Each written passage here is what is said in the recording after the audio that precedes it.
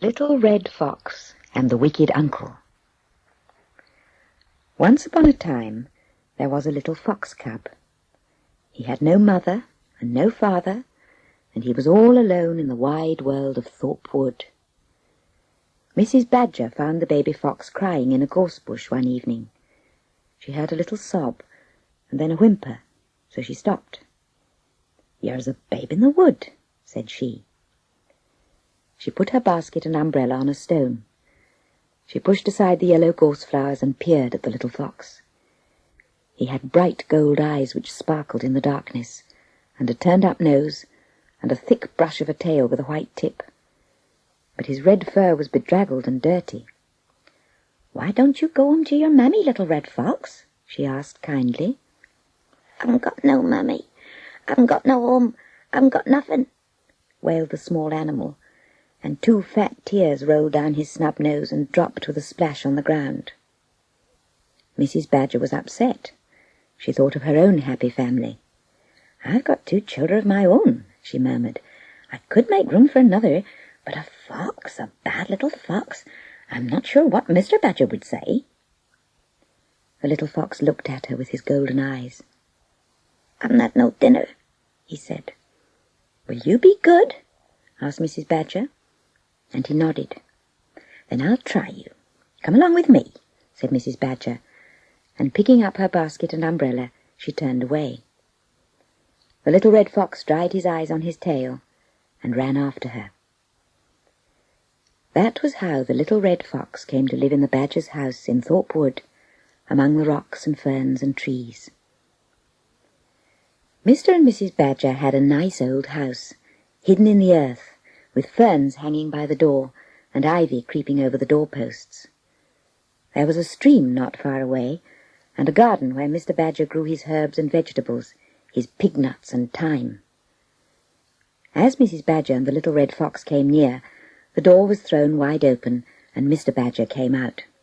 "Here you are at last, my dear," said he, taking the heavy basket from his wife.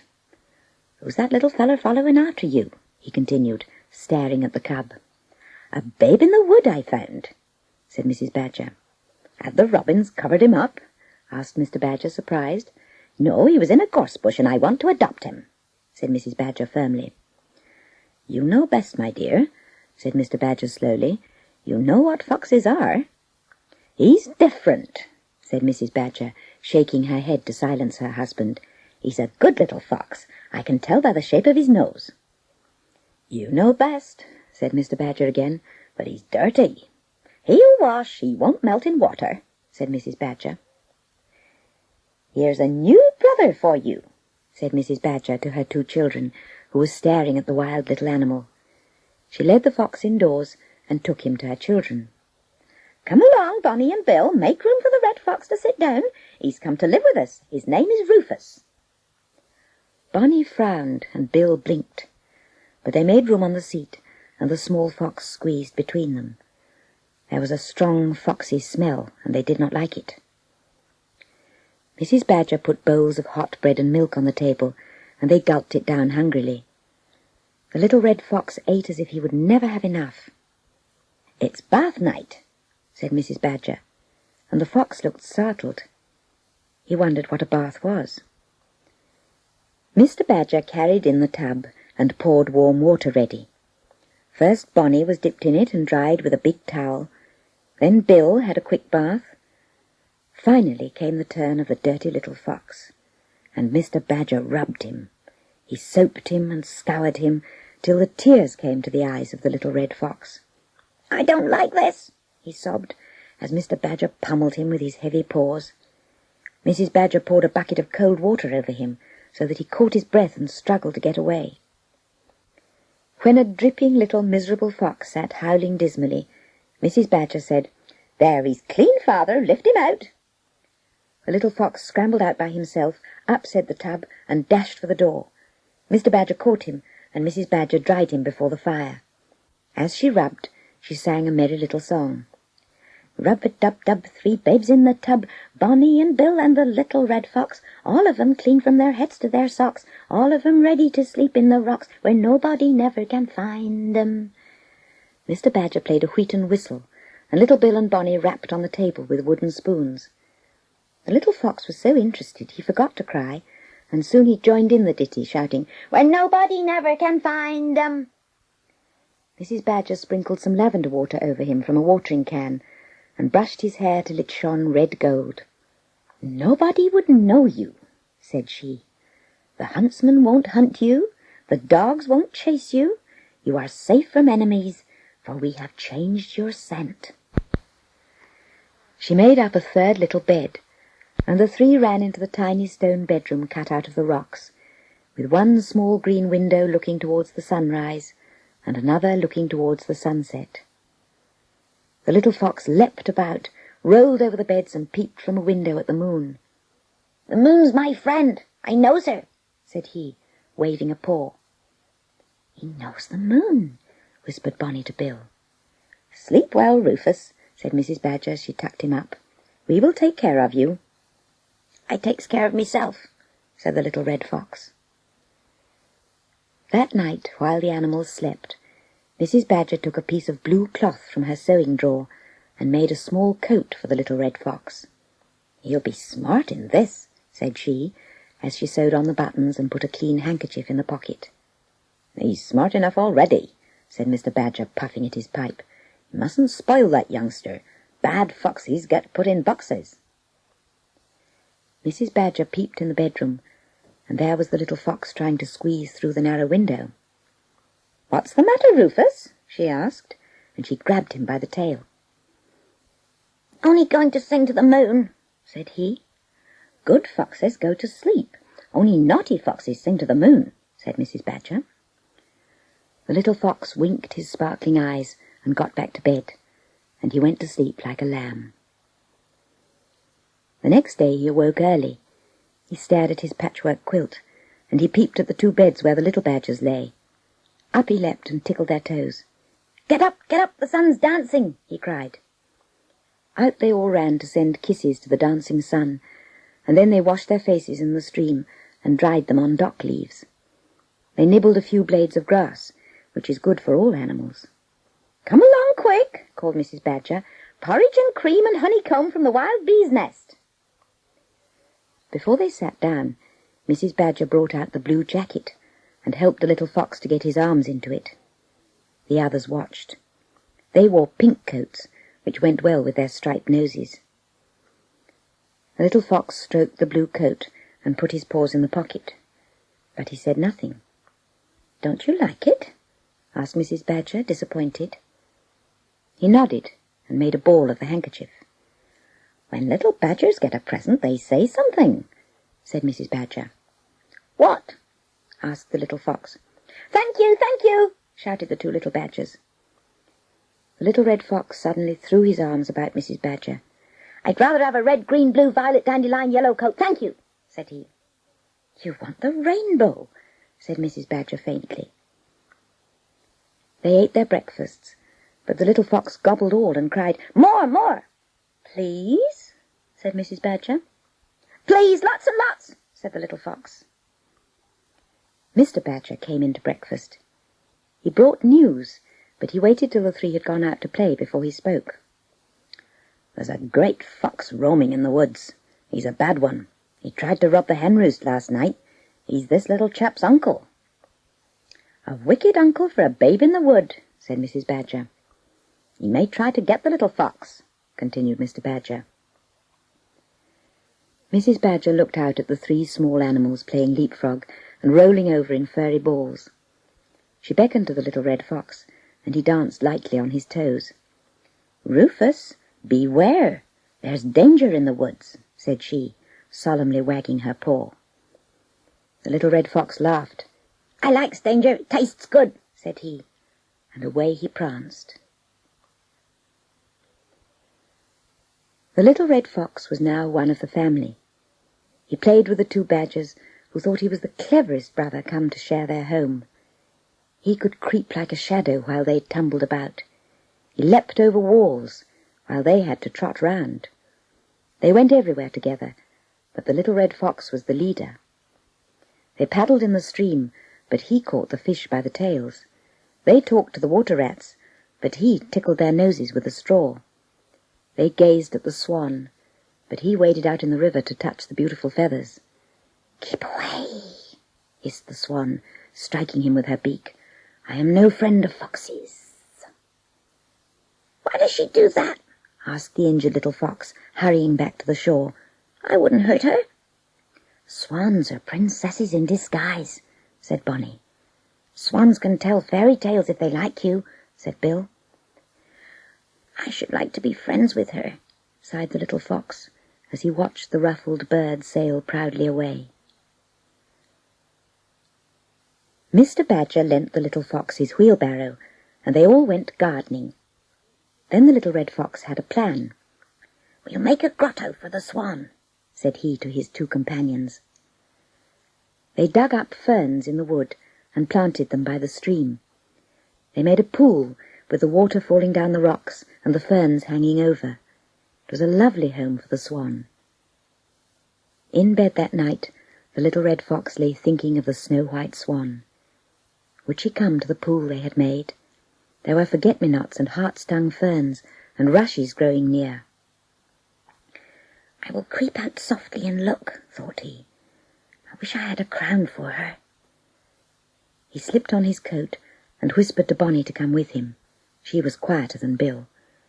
They went softly through the kitchen, and the little red fox snatched Mrs. Badger's best hat, which hung on a peg. "She will like this for a crown," said he. When they crept through the trees to the pool, they saw the white shape of the swan, a bird of silver in the moonlight. She was looking at the water, dipping her beak as if seeking something. "Oh, lovely swan," whispered Bonnie. "We're so glad you've come. Do be friends with Rufus." "Please, Princess," added the little red fox, "we made this home for you. We've brought you a hat because we haven't a crown." The swan bent her head, and the little fox put the flowery hat upon it. The swan looked at herself in the water. "Thank you," said she. "It is very becoming." "And now will you tell us a story?" added Rufus.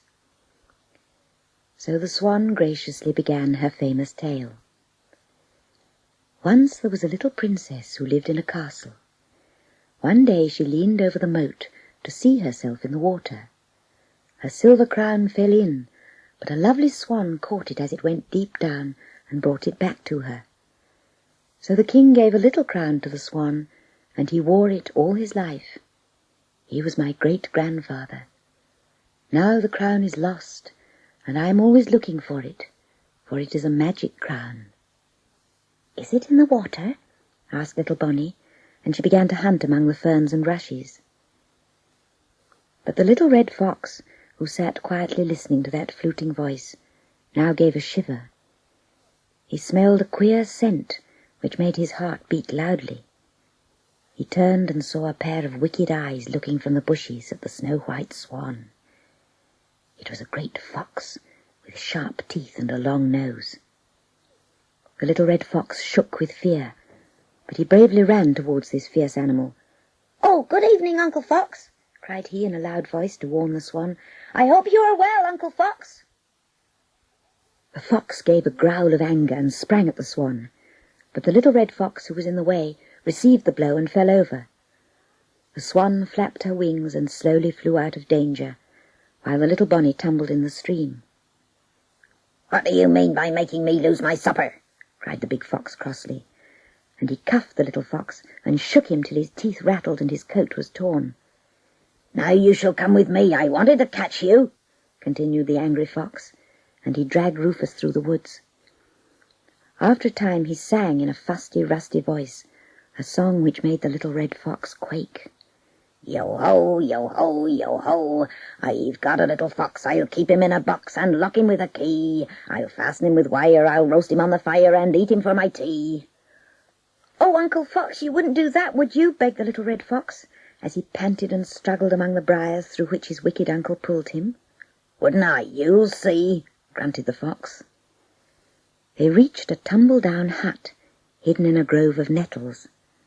The fox swung open the door and threw the little red fox inside. Rufus picked himself up and looked about him, at the broken chair, the dying fire, and the heaps of rags and bones. Oh, dear, How he longed for his new mother and the little badgers. "I want to go home," said he. "This is your home," said the wicked uncle. "If this isn't good enough for you, I have a better place." He dragged a sack off a hen coop, and the little fox saw 2 poor hens crouching within. He opened the door and pushed the little fox inside too. There was wire netting over the front, and the hens and little fox were pressed against it. The fox fetched a tiny key which hung on a silver loop like a cord of twisted wire, and he locked the door of the coop. "Uncle, what is that?" asked the little fox. "It's the silver crown belonging to the swan, of course," said the fox. "I've got the crown and I want her too. I couldn't catch her when she had it on her head." Then he threw a log on the fire and made himself a cup of tea. He lighted a candle and began to read a ragged bit of paper. Everything was very quiet. The hens were too frightened to move, and the little fox lay still, pretending to sleep. After a time, the foxy's head nodded, the paper rustled to the floor, and snores came squeaking from the wicked uncle, snores as loud as the cries of the owl hooting in the wood. The little red fox bided his time. Then he brought from his pocket a bunch of sycamore keys which Bonnie had given him. Now the keys of these trees will open any lock when one knows the password, and Father Badger had whispered it to Rufus. "Sycamore, sycamore, please will you loose the door?" As the little red fox murmured these words, the sycamore key, which is the winged fruit of the tree, turned in the lock, and the door of the hen coop opened. Rufus crept out and helped the 2 dazed hens to follow. He took the silver crown with the little key hanging from it and put it on his arm. Then he covered up the hen coop with the sack and went off into the night. Away went the 3, through the woods, the hens running on their sore toes, flapping their bruised wings. When they reached the farmhouse, they fluttered up the narrow hen stair to their own hen house. "Oh, thank you, little red fox. We won't forget your kindness. We'll lay eggs for you every day." The little red fox galloped home past the vacant pool, and there he hung the silver crown among the ferns, ready for the swan when she returned. The sun was rising as he reached home. Mrs. Badger had fallen into an uneasy sleep by the fire, and Mr. Badger was out seeking the lost little fox. "The sun is dancing," cried the little red fox as he rushed into the house, kissing Mrs. Badger and tickling the toes of Sleepy Bill and Bonnie. "Oh, Rufus, we thought we had lost you forever," cried Mrs. Badger, hugging him. "Oh, Rufus, how did you escape from your wicked uncle?" cried Bonnie, springing from her bed, with Bill running after her. "Was danger nice?" asked Bill. "Not so bad," answered the little red fox. "Danger tore my coat, but I got away and 2 hens escaped with me, and I found the silver crown belonging to the swan." "Oh, Rufus!" they exclaimed admiringly. "It hangs by the pool, ready for the swan," said he. So Mrs. Badger made a feast for breakfast, with pies and bacon, with jellies and doughnuts and everything she could find in the larder.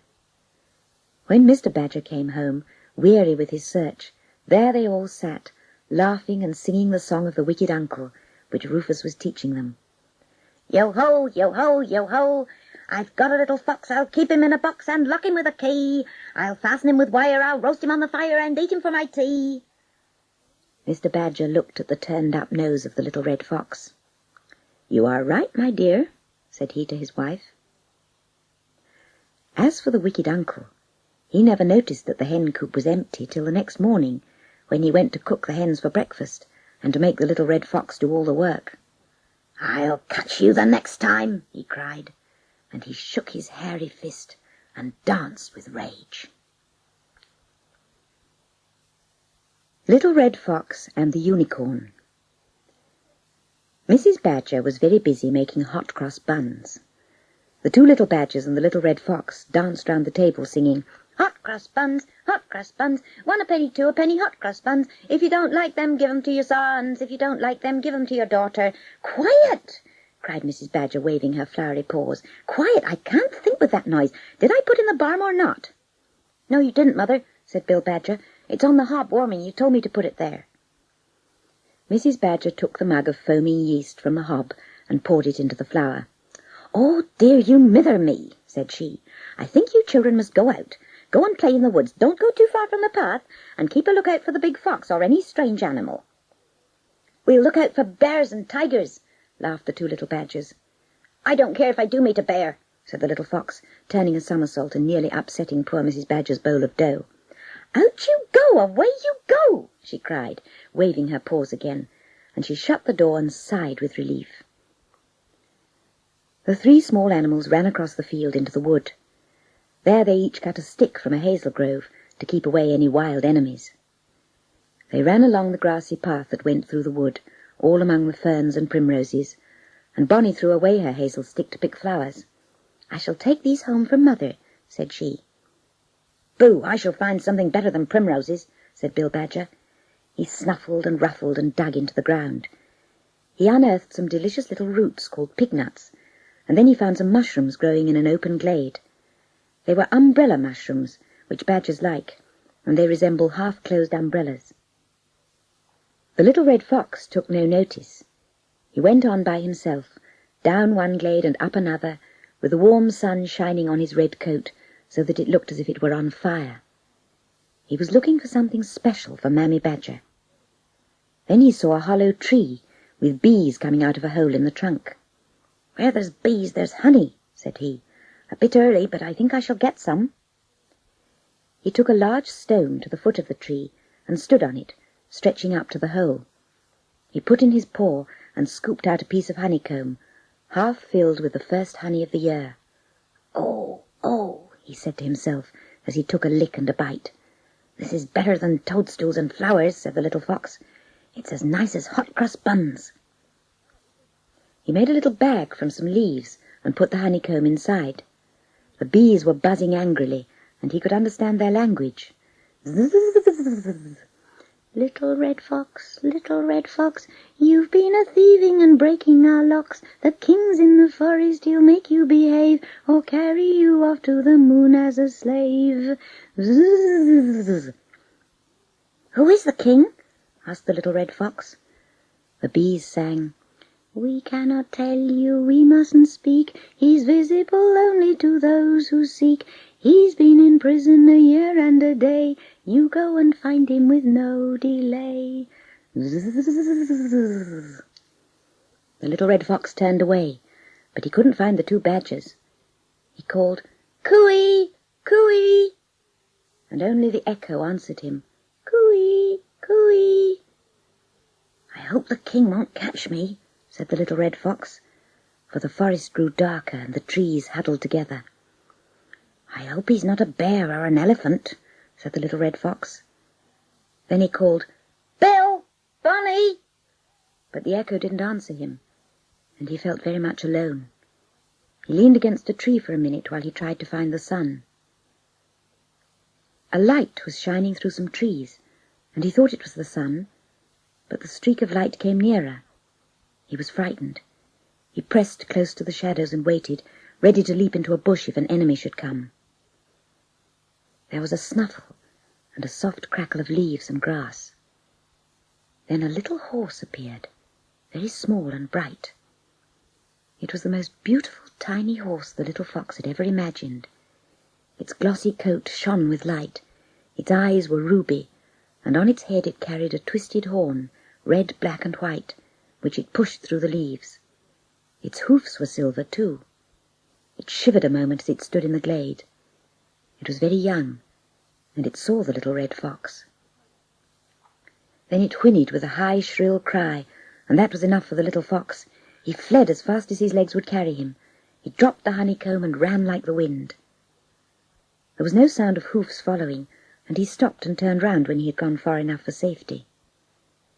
He could see the silver horse sniffing at the honey, and then it ate it and it whinnied.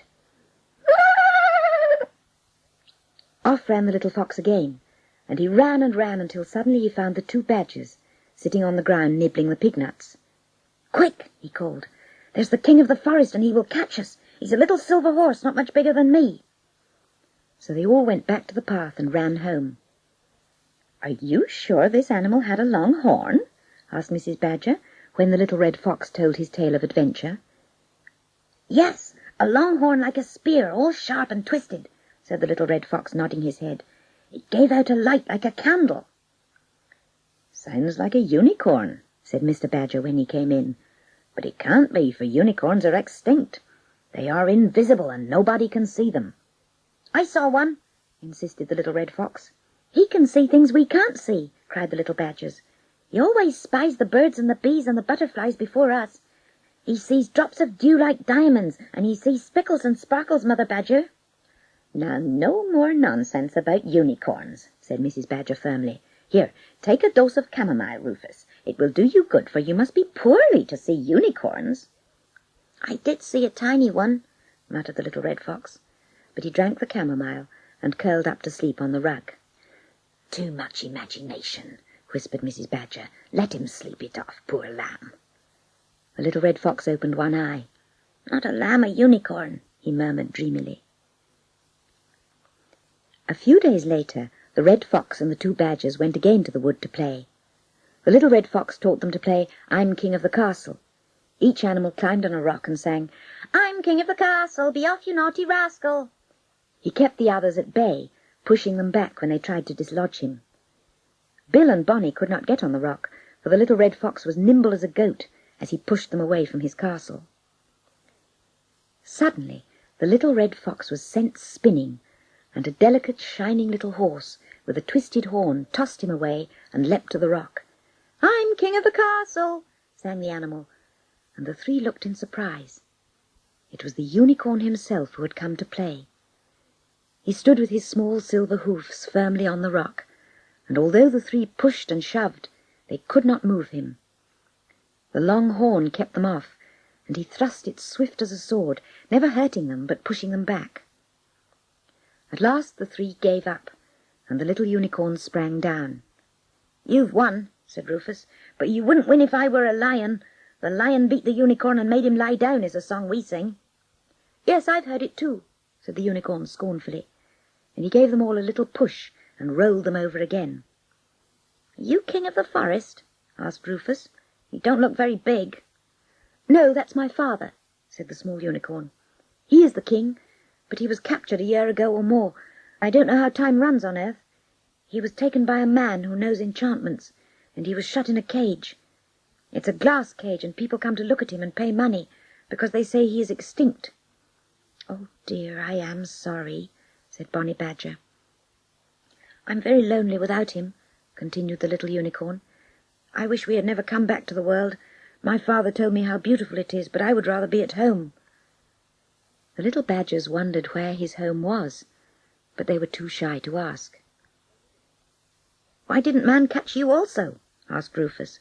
"How did he get your father and not you?" "Unicorns are invisible to man," said the little unicorn, "but man is a magician. This one had a glass through which he spied my father. He threw a lasso of fine steel, thin as cobweb, over my father's neck and caught him. I was hiding in the bushes, and he did not spy me. I followed and saw the men shut my father in a glass cage. Then I ran back to the woods before they saw me." "We will help you," said Rufus boldly. "We foxes are nearly invisible. I will ask my wicked uncle to help me."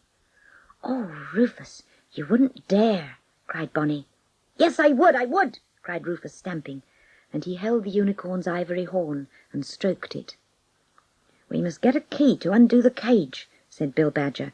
"My father may have one. He collects keys. People are always losing them." The little red fox led the way home to the badger's house, and the unicorn trotted elegantly with him, and the two little badgers hurried as fast as they could go to keep up with such an agile pair. Mr. and Mrs. Badger welcomed the little unicorn, whom they could see at once. "He's a real beauty," said Mrs. Badger, "but he isn't very big." The little fox told the sad story of the king's imprisonment by man, and the two elderly badgers shook their heads in sympathy. "Man is an enemy full of cleverness and guile. He gets everyone, and he doesn't even put them in cages." "Will you show us your keys, Father Badger?" asked the little fox. "We are going to the prison to unlock the door and set the unicorn free." The badger went to an iron chest in the corner, and he showed his bunch of keys.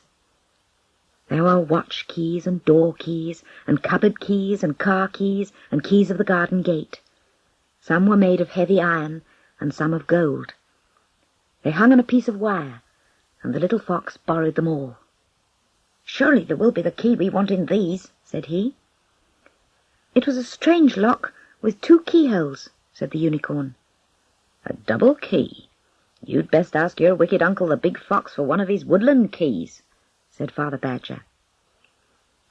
So after a good meal, when the unicorn ate all the flowers he could find, they went to the house of the big fox. The big fox sat in his doorway gnawing bones, but when he saw the procession of 2 badgers, the little red fox, and the shining unicorn with his long horn, he sprang to his feet and bowed. "Your Majesty," said he, "I am honoured. Welcome to my humble house." The little unicorn stopped. He didn't take one step further when he saw the sly face of the big fox. "Have you any keys?" he asked. "Yes, I have watch keys and poultry-house keys and keys of barns and hen places and roosting houses," said the fox. "Not those," said the unicorn sternly. "Any more?" "Yes, I have the keys of the trees," said the fox. "Ash keys and sycamore keys and maple keys and acorns and elm keys." He held out bunches of these, green and gold and red, fruits freshly plucked from the trees themselves. The little red fox stepped forward to take them. "Thank you, uncle," said he. "I will repay you sometime." They all turned away, and the big fox sighed and sat down. He was disappointed that the unicorn had not entered his house and seen his snares and traps and his guns and pistols. Then he picked up a silver star the unicorn had dropped. It gave out a light. It would be useful as a lantern on a dark night, and he put it in his cupboard. The 4 animals ran through the woods, with the unicorn leading. He took them through the trees to a long lane, and then across a park to a garden with a wall around it. There was a great gate, but it was open, and they trotted through in the dusk. There stood a large glass cage with a wooden lock. They peered through the transparent glass, and at first they could see nothing. Then as they stepped sideways, they saw the unicorn, white as the glass, almost transparent himself. He stood in a corner, sleeping. "Father," whispered the little unicorn, and the beautiful animal moved and opened his ruby eyes. "My child," said the unicorn, and he lunged against the glass with a terrific clash, and then sank down weeping. Quickly the guard ran out to see what was the matter, but the waiting animals glided into the bushes. "Hush ye," said a man's voice. "You can't get out, so you'd best grin and bear it. When you're tamed, then the master will let you go into the garden, but at present you must be kept in this cage." He gave the unicorn a handful of grass, saying, "I wish I knew what unicorns eat. This is not his proper food." "We live on lilies and dew," whispered the little unicorn, "but we like honeycomb and roses too." The little fox took out a piece of honeycomb from his pocket and kept it ready. Soon the man retreated to his hut, and the 4 went back to the cage. The little red fox took the gold watch key and inserted it into the lock. Nothing happened. He tossed it away, saying, "Gold is no use for a unicorn." Then the small badgers tried with a door key, a car key, and the key to the garden gate. But the keys were no use. "Try one of the keys of the trees which the big fox gave you," they said to the little red fox. "They come from the woods where the unicorn once lived." So the little red fox put the sycamore key into the double lock, 1 part to each keyhole. They turned easily, and the glass swung open. Out stepped the unicorn. The little creature ran to his father and whimpered with joy, and the little red fox danced around on tiptoes. He offered some of the honeycomb to the hungry unicorn, who ate it at once. Then they set off past the keeper's house, through the big gate into the park, and over the green moonlit hills. The little fox led them back to his home, and the 2 unicorns trotted softly behind him, making no sound at all. He took them to the door, and Mr. and Mrs. Badger welcomed the king of the forest. "Where do you come from, O King Unicorn?" asked Mr. Badger. And the little fox listened eagerly, for that was the question he also wanted to ask. "From the kingdom of the moon at the gates of heaven," answered the unicorn proudly. "Once we lived on earth, but 1,000 years ago we went to the moon, as we were becoming extinct on earth." "My father told me about this lovely star called Earth, which we can see from the moon," interrupted the little unicorn, "and I begged him to bring me here. It is more beautiful even than I expected. Green trees, shining many-coloured rivers, grass soft as snow under our feet, flowers with delicious perfume, and lilies which we love. But man caught my father, so it isn't safe for us to live here ever again." "Oh, I wish you would stay," said the little red fox, and the badgers agreed. "We will stay a few days with you in this part of the wood, and then we must return," said the King Unicorn. So Mrs. Badger put fresh sheets of hay on the floor of the shed, and Bonnie and Bill laid branches of green beech leaves on the floor for carpets. Mr. Badger made a channel for the spring water to run through the hut, so that the unicorns could have plenty of clear water. They brought an old stone trough for the water to be held. Little Red Fox gathered lilies and asphodel and all the finest flowers for the unicorns to eat, and Mrs. Badger made delicious cakes of wafer thinness with sugar and spices. The unicorn told them about the stars and the planets and the moon. He said the earth was the nicest star of all, and they must keep it clean and beautiful. He told them also about light, which comes from the moon. "Man could see me because he used some special light," said he. "That is why he put me in that glass prison, which was made of special glass for people to see the invisible inside it.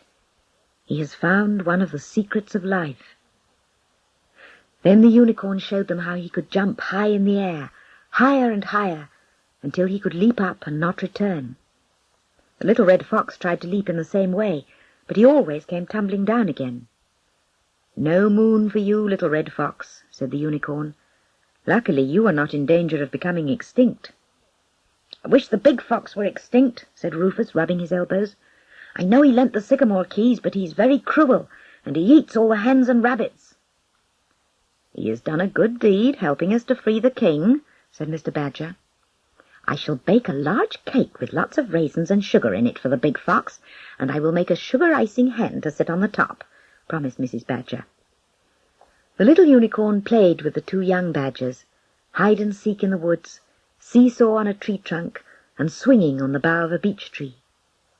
At night, Mrs. Badger told the little unicorn tales of the earth people, about children going to school, about Christmas and Easter and midsummer with haymaking, and winter with snowballs and sledging. "We make snowballs on the moon," said the little unicorn. "You can throw them for a mile, they are light as a feather. I can jump a mile too." "Oh, I wish I could go there," sighed Rufus. "No Mammy Badger and no Bill and no Bonnie, no fields and woods and good solid earth. Little Red Fox, you are better down here on the earth," said Mrs. Badger. And she sent the little fox and the badgers off to bed. At last the time came for the unicorns to go home. Everyone was sorry to say goodbye. Even the hedgehogs and the moles and the hares were sad to lose the company of the exciting pair, the King Unicorn and his small son. "Goodbye, goodbye. We will think of you, and we will bow to the moon and you on it every time there is a new moon," said Mrs. Badger. "Goodbye. Thank you, earth people. Goodbye," called the unicorns, and they floated up in the air till they were only little silver specks in the sky. Soon they disappeared altogether. One moonlight night, 3 little silver balls came floating down, dropping to the door of the house in the wood. They were presents from the little unicorn, bouncing balls that never kept still, and the little red fox and Bill and Bonnie played with them for many a day.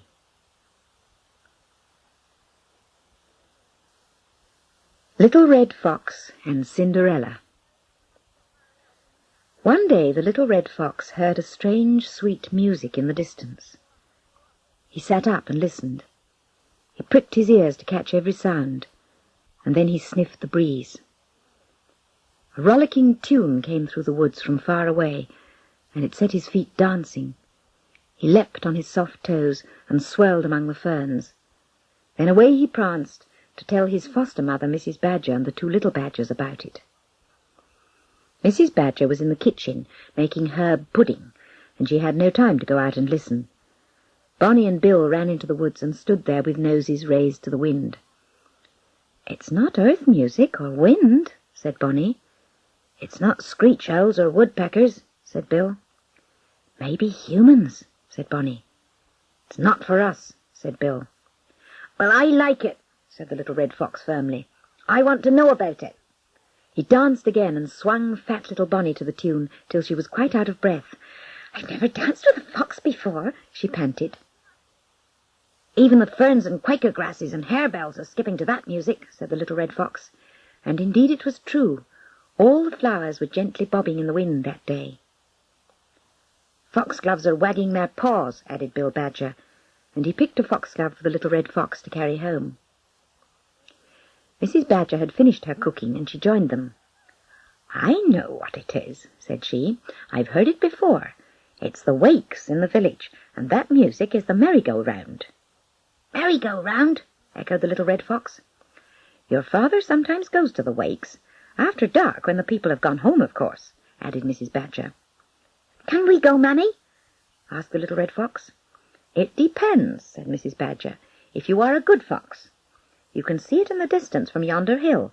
Keep to the shelter of the bracken, and then you will be safe." So off scampered the three little animals to the fir tree on the crest of the hill. From its shade they saw a wonderful sight. In a field were striped tents and caravans, and a merry-go-round moved slowly with revolving horses. There were swing boats too, and stalls with people walking about, all far away. Bill Badger pushed his paw into the fir tree and brought out an old telescope wrapped in a piece of green cloth. "This spyglass belongs to the keeper," said he to the astonished little red fox. "He keeps it here to find weasels and stoats and foxes. We borrow it sometimes, but we are always careful to put it back just as we find it." He put it to his eye and stared at the wakes fair. Then he let Bonnie have a peep. Finally he offered it to the little red fox, who was dancing with impatience. "Ladies first," said Bill sternly, as Rufus grabbed the telescope from Bonnie. "It's ladies last among foxes," said the little red fox, and he put the spyglass to his eye. He looked through the wrong end, and Bill waited, smiling to Bonnie. "It's a magic tube," the little red fox muttered. "I think it makes everything go away." "Look through the other end, Rufus," said Bonnie. "Everything will come back then. It's wrong end first with foxes." Rufus stared entranced when he turned the spyglass. "I can see lots of little horses racing round, and boys and girls sitting on them.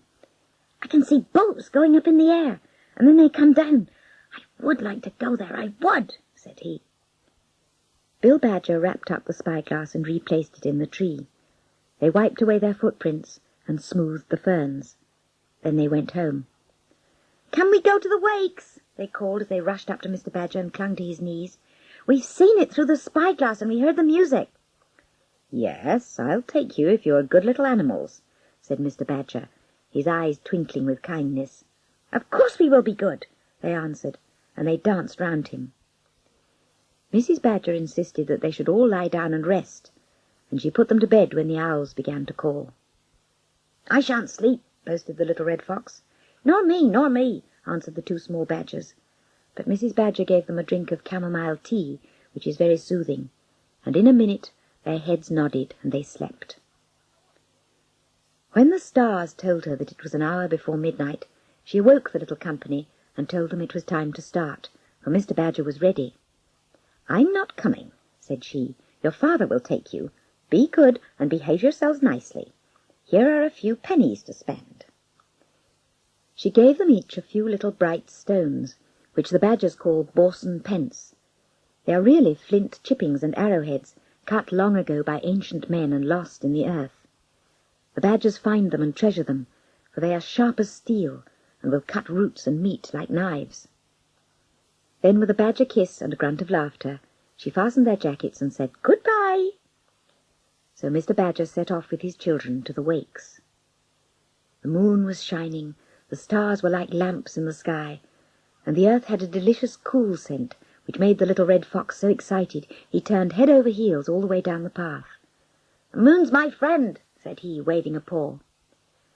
Bill and Bonnie trotted solemnly after their father, while the little red fox went through his tricks. "No need to take you to the wakes. You can do all the tricks by yourself. You ought to be in a circus," said Mr. Badger, glancing at the tumbling little fox. Bonnie tried to turn somersaults, but she fell flat on her nose. Bill Badger lumbered along, sometimes on 2 paws, sometimes on 4, but he couldn't dance like the fox. Then Bill whistled a tune, and Bonnie sang a little shrill song, and the fox twisted and leapt and kept them laughing all the way. They came to the river, and they went over the bridge, where Mr. Badger never ventured unless it was night. They stopped to look down at the dark water spangled with stars, and at the crested waves. "If we fished, could we catch some stars?" asked the little red fox. "You might catch a trout," laughed Mr. Badger. "That would make a nice supper." Round the curve of the river came the beautiful white swan, sailing proudly with her silver crown on her head. "Hello there!" called Bill and Bonnie. "Please, your highness, please, princess, will you tell us a story?" Mr. Badger bowed to the lovely bird, and the little red fox for once had no words. He could only stare at her. The swan moved quietly over the little waves to the bridge. She waited a moment, looking down at her dim white reflection which lay among the stars. Then she began to tell the ancient story of Cinderella. Once there lived a little rabbit. She had to do all the work and nobody loved her. All the animals went to a ball, and she was left behind. So her fairy godmother came and dressed her in snowy fur, and gave her a pair of glass slippers, and sent her to the dance with the others. "You must be home before the clock strikes 12, said the fairy godmother. The little rabbit enjoyed herself so much she stayed too long, and she was nearly caught by the wicked, wicked— Here the swan hesitated and dipped her head to the water. Then she looked behind her. "Yes?" asked the little red fox. "The wicked what?" The swan moved round and went under the bridge with great dignity. "She lost her glass slipper," said she, and away she went. "That was a queer story," said Bill Badger. "Why didn't she finish?" "Because she saw somebody, I think," said Mr. Badger shortly, and he hurried the 3 away from the river, for he, too, had seen somebody there. They were getting near the wake's ground, and the dim shapes of the merry-go-round and the swing-boats showed against the night sky. 1 or 2 flares were still alight, and a lantern bobbed on a pole. Then they heard merry little voices, and a host of small animals appeared, running about the grassy circle, climbing on the backs of the wooden horses, scrambling into the empty swing-boats, twitching at the canvas covers. Mr. Badger was the only one who could wake the sleeping horses and rouse the merry-go-round from its sleep. He gave a long, low whistle, which seemed to fill the air with vibrations. Everything shivered and trembled for a moment, and the little red fox lay flat on the ground. Then the merry-go-round slowly began to move. The horses awoke and shook their silken tails and pawed the air with their painted hoofs. The mirrors glittered, and the music came from the trumpets and organ, not as loudly as usual, but subdued and sweet and mysterious.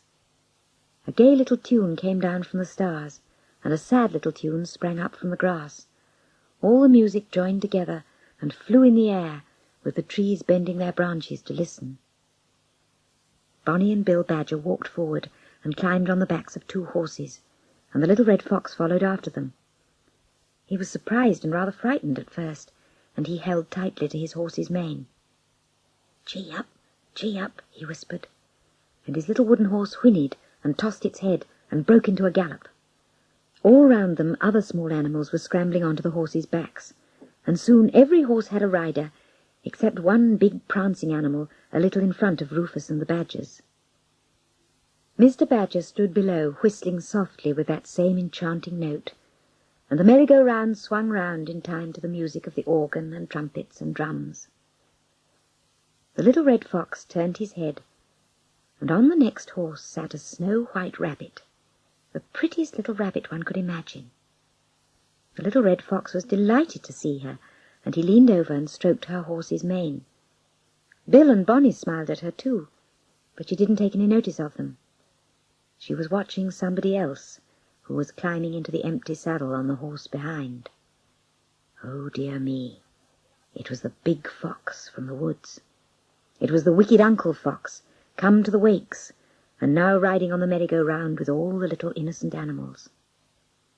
Suddenly the white rabbit saw the little red fox beside her. 2 foxes! It was terrible, and she shivered with fright. But Rufus wrinkled up his snub nose and tried to make her laugh. "We'll take care of you," he sang with the music. The big fox stared with his wicked eyes at the little white rabbit, and the snowy little animal nervously clutched her reins and pretended nothing was the matter. "Bonnie and Bill and the little red fox, we're all of us here, there's nothing to fear, while old Mr. Badger is with us," sang Rufus. Round and round they went in a merry little circle, with the music about them, and the little white rabbit forgot her anxiety. Now Mr. Badger, standing in the crowd of animals below, watching the merry-go-round, had seen this play between the big bad fox and the little white rabbit. He made up his mind it was time to interfere.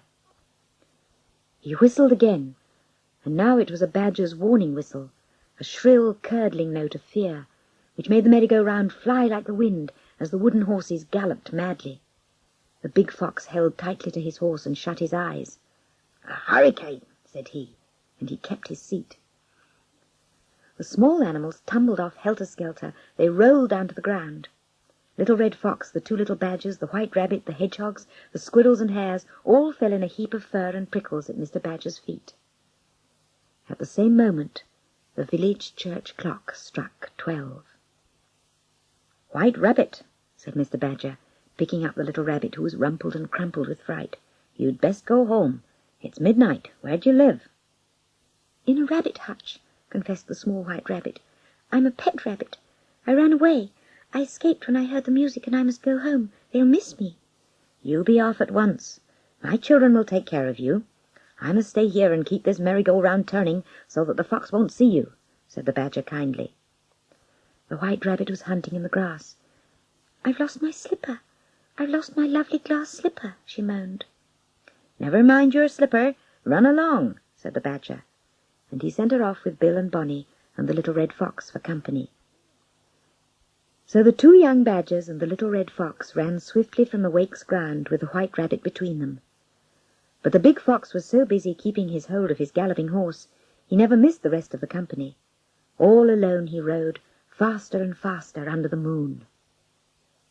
The garden gate was shut, but there was a space underneath through which the rabbit crept back to her hutch. "Thank you very much," said she, as she sat panting by her lavender bush. "I did enjoy myself. I wish I had not lost my slipper." She held out one little hind foot with a charming glass slipper on it, and another foot with the furry pad. "Where did you get them?" asked Bonnie. "From a fairy godmother," replied the white rabbit. "The river flows at the bottom of our garden, and I found them there in the leaves of some comfrey. 2 glass slippers, and they just fitted me." "Perhaps it was the swan," said the little red fox. "I'll look for your slipper, Cinder... "That's not my name," laughed the white rabbit, and she ran back waving her paw and disappeared. When the 3 returned, the merry-go-round was still spinning with the big fox sitting in state. Mr. Badger stopped whistling, the music slowed, the horses came to rest, and the big fox climbed down. He took a step and nearly fell, for the ride had made him so dizzy he could hardly stand. He looked about him, and there was no white rabbit. Then out of the corner of his eye he spied the little red fox laughing at him. "Young varmint," he cried, "Young nephew varmint, have you seen a Snow-White Rabbit?" "Yes," said the little red fox cheekily. "She melted away like a snowflake. She was magical." "Ah, I knew she would melt. She looked so sweet and tender," sighed the fox. He gave a suspicious glance at Mr. Badger, and then he lolloped away. The little red fox saw something glitter in the light of the lantern. He stooped and picked up a tiny glass slipper. "She must have been Cinderella," he thought. Mr. Badger called his family and took them round the stalls to spend their Bawson pence. They put the flint arrowheads and chippings on the stalls and bought a packet of goodies and some wakes cakes, a red ribbon and a tin saucepan.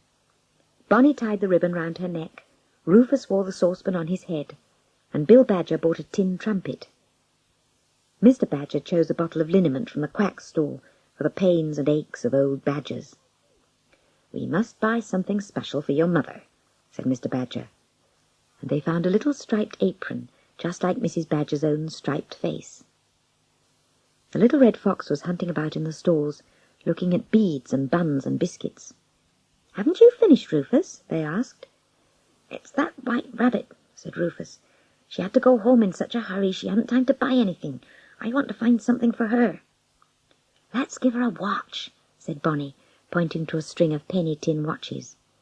"Then she'll know when it's 12 o'clock," said Mr. Badger, and he put down an arrowhead and took a shining silvery tin watch with a paper face and a couple of hands to tell the time. They went through the village first, to the house where the little white rabbit lived. There was no sound. She was asleep in her hutch. So the little red fox stretched his arm through the hedge and hung the watch on the lavender bush. By it he placed the glass slipper. "She'll be glad when she sees them," said he. "And we're glad we have seen a real Cinderella," said Bonnie. "We must tell the swan all about it," added Bill. Away they went, home, over the bridge, past the river, across the fields to the woods. Mrs. Badger unlocked the door and welcomed them with bowls of bread and milk. She thought the striped apron was a treat. It just suited her. She tasted the wakes cakes with their caraway seeds, and she said she liked caraway herbs. She said the saucepan would be very useful for porridge, and she was delighted to hear they had seen Cinderella. They all slept very late the next morning after so many excitements, but when they got up they could talk of nothing else but the wakes and the white rabbit. Between two trees hung Mrs. Badger's clothesline, and the little red fox climbed up and walked along it like a tightrope walker. The two small badgers tried to follow him, but they fell down on their noses. "Look at me!" called the little red fox, and up he went again with a ball balanced on his nose. "You are a real circus," said Bonnie admiringly, but Bill shook the rope and down toppled the little red fox. They made a merry-go-round from the low branches of a spreading beech tree, and they swung up and down and around, pretending they were on horseback. Bill Badger played his tin trumpet, Bonnie tootled on an elder pipe, and the little red fox had a comb with the grass over its teeth. They marched up and down like a band.